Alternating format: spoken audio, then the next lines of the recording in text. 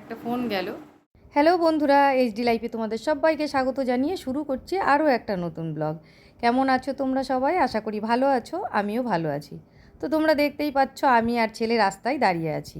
তো আমরা দুজনে মিলে তোমাদের দাদা ভাইয়ের অপেক্ষা করছি। সামনে একটা মিষ্টির দোকান আছে, মিষ্টি আনতে গেছে। আজ আমরা একটু বেরিয়েছি ঘুরতে। আর কোথায় যাচ্ছি সেগুলো তো তোমাদের সঙ্গে অবশ্যই শেয়ার করব। তোমরা ভিডিওটা পুরোটা দেখো, আশা করছি ভালো লাগবে। তো যাই হোক বন্ধুরা, প্রথমে কিন্তু আমরা ট্রেনে এসেছি আর ট্রেন থেকে নেমে তারপরেই দেখো ভ্যানে করে যাচ্ছি। বাইরে প্রচণ্ড রোদ গরম। প্রথমে ভেবেছিলাম আজ বাড়ি থেকে বেরোবো না, কিন্তু সকালবেলায় একটু আকাশটা মেঘ মেঘ ছিল বলে তোমাদের দাদাভাই বলল চলো বেরিয়েই পড়ি। এবার চলো তোমাদের বলেই ফেলি কার বাড়িতে এসেছি। তো আমরা এসেছি দেখো আমার বোনের বাড়িতে। আসলে জানো তো আজকে না আমার মায়ের বাড়িতে যাওয়ার কথা ছিল, কিন্তু সেটা পাল্টিয়ে গেছে। মায়ের বাড়িতে না গিয়ে আজকে আমরা বোনের বাড়িতে চলে এসেছি। আর ওদিকে মাকে ফোন করে বলে দিয়েছি আবার অন্য আর একদিন মায়ের বাড়িতে যাব। তো যাই হোক বন্ধুরা, দেখো গরমের মধ্যে এসেছি, প্রচণ্ড রোদ গরম তোমাদের তো বললামই বাইরে। সেই জন্য বোন এদিকে আমাদের জন্য একটু লস্যি বানাতে শুরু করেছে। আর তোমরা দেখতেই পাচ্ছ বোন লস্যি বানাতে বানাতে কিন্তু কথাও বলছিল, কিন্তু সেই ভয়েসটা আমি দিতে পারলাম না, কেননা ঘরে মেয়ে আর ছেলে দুজনে মিলে, মেয়ে বলতে বোনের ছোট মেয়ে আর আমার ছেলে দুজনে মিলে টিভি দেখছে, আর সেই সাউন্ডের জন্যই কিন্তু আর আসল ভয়েসটা দিতে পারলাম না। আর এখানে যে রান্না হচ্ছিল আমার, এখানে শাক বসিয়ে দিয়েছিলাম, শাকটা নেমে গেছে। এখানে চাল ধোয়া রয়েছে, ভাত হবে। এখানে রয়েছে উচ্ছে আলু কাটা, এটা হবে এই যে মাছের মাথা দিয়ে চচ্চড়ি। আর সেই সঙ্গে মাছ রয়েছে, মাছ হবে। আর অলরেডি আমার ডাল রান্না হয়ে গেছে। তো এই আজকের মেনু। আর পরে কি কি হয় দেখতে থেকো। আর এইদিকে দুইজনা লস্যির অপেক্ষা করছে। তোমার আর একটা কোথায় গেল? এই যে বাবু এসে এইখানে একদম টান টান হয়ে পড়েছে, আর এই যে বাবুর বুনু। তো বন্ধুরা, এদিকে তো ওরা দুই ভাই বোনে মিলে টিভি দেখতে বসে গেছে, আর ওদিকে আমাদের তো বোনেদের এক জায়গায় হলে গল্পের শেষ নেই, একা পড়ে গেছে তোমাদের দাদা ভাই। তো যাই হোক, সবাই মিলে এক জায়গায় হলে কিন্তু আর যেই হোক না কেন একা কারোরই মনে হয় না, তাই না? তো চলো লস্যিটা খেয়ে একটু ঠান্ডা হয়ে পরে আবার আসছি। তো বন্ধুরা, তখন এসে কিছুক্ষণ রেস্ট নেওয়ার পর তারপরে আমরা কিন্তু জামা কাপড় ছেড়ে নিয়েছি, নিয়ে তারপর বোনেরও ওদিকে রান্না বান্না হয়ে গেছে।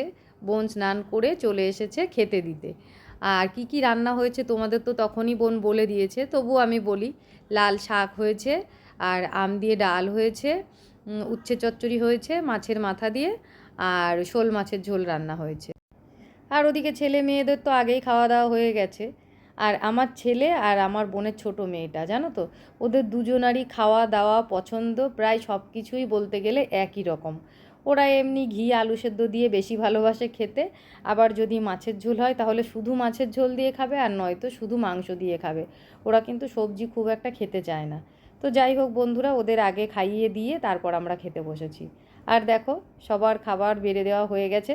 এবার চলো আমরা খাওয়া দাওয়া সেরে নিই, তারপর তোমাদের সঙ্গে আবার কথা বলবো। আর সারাদিন কি করি না করি সব কিছুই তোমাদের সঙ্গে শেয়ার করব।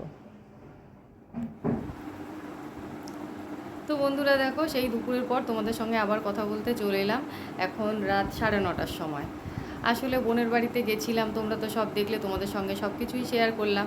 বোনের বাড়িতে গেছিলাম সকালবেলায়, ভেবেছিলাম মানে দুপুর টাইমটা কাটিয়ে বিকেল কাটিয়ে সন্ধেবেলাটা একটু ওখান থেকে কিছু টিফিন টিফিন করে রাতেই বাড়ি চলে আসব, কিন্তু সেটা আর হলো না। কেননা সেই দুপুরবেলা তোমাদের সঙ্গে সেই খাওয়া দাওয়া শেয়ার করলাম, করার পর তারপরে সবাই মিলে একটু আড্ডা মারছিলাম আর কি, মানে দুপুর টাইমটা একটুখানি সবাই মিলে এক জায়গায় বসে একটু হাসি আড্ডা চলছিল। এমন সময় একটা ফোন গেল। সেটা হচ্ছে আমার শ্বশুরবাড়ির থেকে একটা ফোন গেল। আমার ননদের বর বেশ কিছুদিন ধরে হসপিটালে ভর্তি আছে। ওই সময় ফোনে বাবা বলল যে একটু বাড়াবাড়ি হয়েছে। তো সেই জন্য আর থাকতে পারলাম না আর কি ওখানে। তো সঙ্গে সঙ্গে আমরা কি করলাম, রেডি হয়ে বেরিয়ে এলাম। কেননা যে ননদের বর ভর্তি সে আমার পিস্তত ননদ হয়, আর এখানে পিসিমণি একাই আছে। আর আমার দুই ননদই ওখানে আর কি হসপিটালে ওখানে রয়েছে। তো পিসিমণিকে এখানে দেখার মতন সামলানোর মতন কেউ নেই। তো আমাদের এই বাড়ি থেকে সবাই গেছিলো, আর আমি যেহেতু ওখানে ছিলাম আমি আর সঙ্গে সঙ্গে যেতে পারিনি।